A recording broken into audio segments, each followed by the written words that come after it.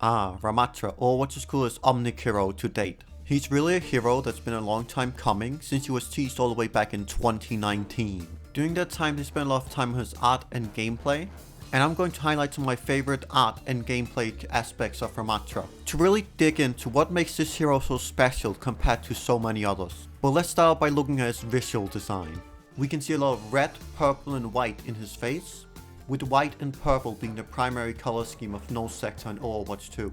So this shows off well what faction he's with, and that's of course not ignoring the fact that they created this really cool hair for him using these wires.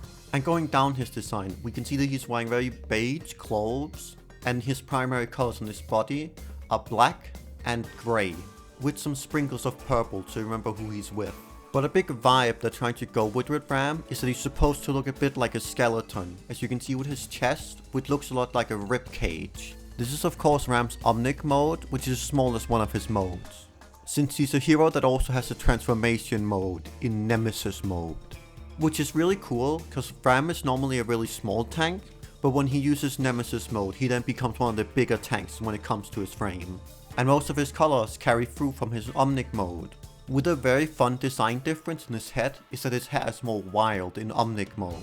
With a lot of his colors being very much the same, but with him getting these 2 extra arms, which are massive, so it really creates a way bigger frame for him. And his legs also got the same treatment, with also expanding in size by a lot.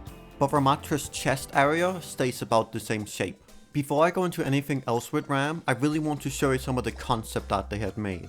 Since Ram started his life not as a hero, but actually as a PvE unit for Overwatch. He used to be this type of commander unit with a staff, but because they really liked the concept of an Omnic with a staff, they turned him into a hero.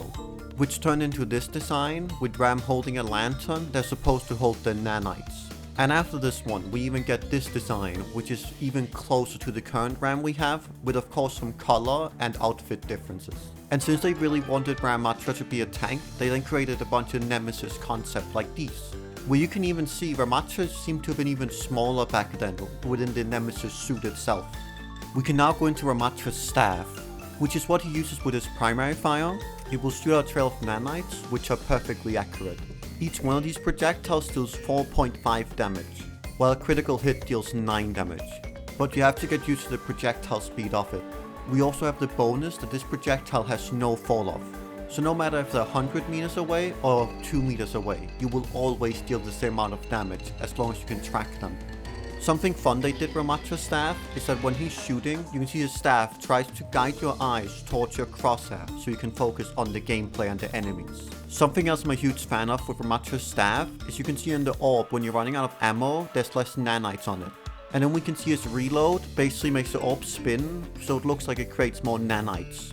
Beyond just his staff in Omnic mode, he also has his shield, which is this placeable shield which can only be placed on walkable terrain, and it has this neat indicator, which has this really cool wave effect if you try to place the shield far away, so it's easy to see where you're about to place it at further distances. And something really cool they do is, you can see the nanites on his orb start spinning around rapidly when he's about to place the shield. But this is only Ramattra's primary and secondary fire in his Omnic mode, since he has 2 different abilities for these buttons when you go into Nemesis mode, which here we can start with his pommel. This attack will create a projectile with the range of 10 meters. So if anyone's beyond that, you might as well just go back to Omnic mode. But something great about Ramattra's pommel is how it mirrors Zenyatta. Since you can see here, a lot of the flow and the movement that the two have mirror each other, which really shows how close these 2 heroes are to each other when it comes to the story.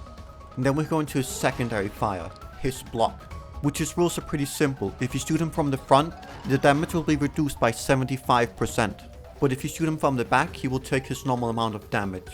But some of these block rules have some exceptions. Like anything that sticks to a player, it will go through the block. With the example here being Tracer's Pulse Bomb, even though it landed on the player's face, it will still deal the full Pulse Bomb damage. But something like a Hanzo Dragon will actually have its damage reduced no matter what way you're looking.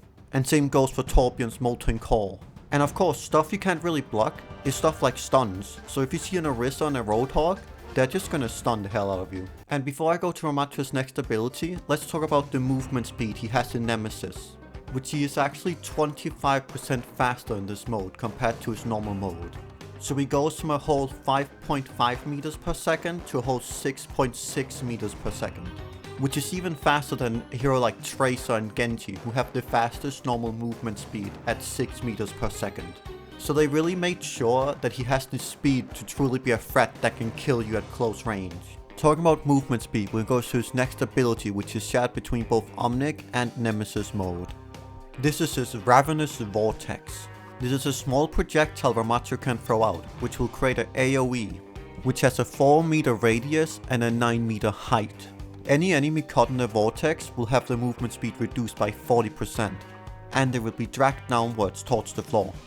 So this is a very useful ability to be able to close the gap for enemies and yourself, since they can't run away from you as fast and they can't use any upward mobility while inside of it.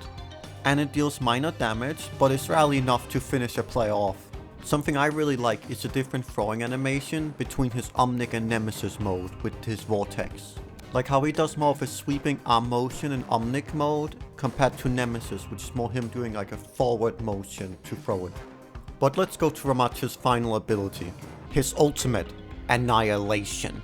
And this ultimate is really cool because it's like an anti-transcendence. So rather than healing people inside of it, it will damage the enemies that are within his radius. And of course, it falls into Nemesis mode, so you have all the benefits and abilities from Nemesis. It has a really short timer compared to a lot of transformation ultimates, with the exception, if you attach to an enemy, the timer will stop. So if there's an enemy always within your ultimate is basically infinite. Okay, to quickly interrupt myself, while working on this video, there are a 20-second cap to his ultimate, so it is no longer possible for it to be infinite. Alright, that's it, back to my old recording. So enemies get two choices with fighting Ramattra when he's ulting. It's either to kill him or to run away, which is very hard since he's 25% faster than any normal hero's walking speed. So Ramattra is a really scary hero with his entire kit, but I think this is a tank kit which is really interesting and very experimental, but a lot of fun. Just when it comes to stuff like the art and gameplay, since he might not be a tempo tank in the way that the community sees it, but he still has some great tempo with switching between Omnic and Nemesis mode, which is such a great achievement for the dev team to do. So if he's anything to go by what they're gonna do with tanks in the future, we're in good hands. But that's everything I have to say about Ramattra. And I hope to in the near future look into him and all the other heroes, since for all of them there's just so much to talk about and to think about. Anyway, have a good one everyone.